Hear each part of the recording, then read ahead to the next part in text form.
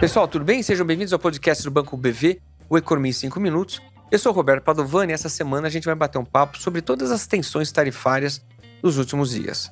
Para começar essa conversa, vale a pena lembrar como é que a gente chegou nesse momento de tensão comercial tão aguda com os Estados Unidos. Existe um consenso entre os analistas que isso se deve a temas inerentes à sociedade norte-americana. A gente tem um novo governo de perfil populista. Esse populismo responde a uma demanda da sociedade por um governo mais combativo que enfrente questões como custo de vida, imigração, ascensão chinesa. Além disso, existe também uma sensibilidade grande nos Estados Unidos hoje a temas entre Rússia, China e uma eventual desdolarização do comércio internacional. Como o Brasil ele faz parte do BRICS, isso tornou a economia brasileira alvo da política externa norte-americana. E além disso, tem temas ideológicos e partidários que certamente animam a política externa dos Estados Unidos nesse momento. Mas eu não quero dar a impressão que são temas apenas norte-americanos. A política externa brasileira contribui para isso também. A diplomacia brasileira, historicamente, sempre foi suprapartidário, defendendo interesses nacionais na defesa e no comércio. Essa história, no entanto, começou a mudar nos últimos 30 anos. Com a abertura política e econômica do Brasil, o cenário global passou a afetar as condições internas de renda, principalmente no ambiente de globalização.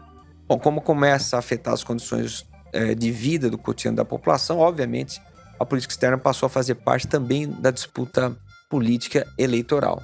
Agora, apesar disso, o tema sempre foi secundário, talvez pela baixa relevância do país do ponto de vista geopolítico e econômico global. O fato é que a política externa participava do jogo político, mas sem muito peso. Isso permitiu a vários governos que construíssem um discurso muito mais ideológico, radical, muito mais agressivo na política externa e mantivesse gestões mais conservadoras aqui dentro. Era um momento para você reafirmar discursos ideológicos e imagem com baixo custo. Esse mundo parece que está mudando. O fato da gente ter feito exatamente a mesma estratégia de sempre, só que com um governo nos Estados Unidos muito mais sensível ao tema do dólar como reserva internacional de valor ou a tensões geopolíticas entre Estados Unidos, China e Rússia, fez com que a política externa brasileira passasse a ter custo. Isso é uma novidade. Diante da novidade que o Brasil se tornou alvo das tensões geopolíticas globais, a questão agora é saber quais são os impactos econômicos e políticos aqui no país. A gente ainda tem muita negociação para acontecer. Uma expectativa, por exemplo, é que o governo norte-americano mantenha tarifas, mas isente produtos e empresas. Pode ser o caso, portanto tem muito ainda para a gente aprender sobre o tema. Mas existe um consenso entre os analistas também de que, como a economia brasileira é fechada, os impactos tendem a ser moderados. Nossa pauta exportadora é bastante diversificada e isso faz com que menos exportações nesse momento afetem pouco o PIB brasileiro. Além disso, você pode ter um redirecionamento do que você exportava para o mercado local e esses excedentes podem favorecer a queda da inflação. A experiência internacional, que a gente tem visto em outros países que estão sofrendo a imposição de tarifas, é isso. É um ambiente de menor crescimento com menos inflação. É um ambiente que a gente chama de desinflacionário.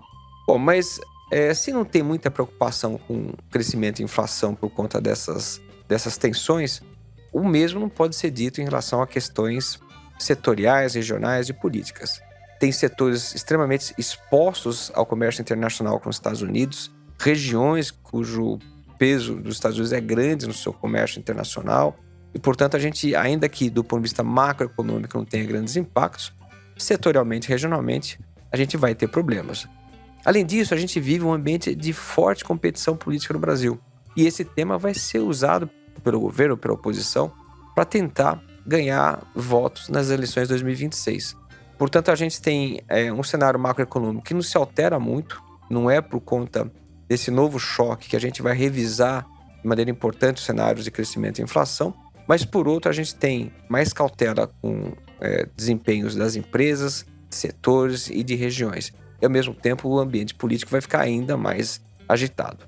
Bom, essa é a história, a gente vai sempre mantendo vocês atualizados, conte sempre conosco.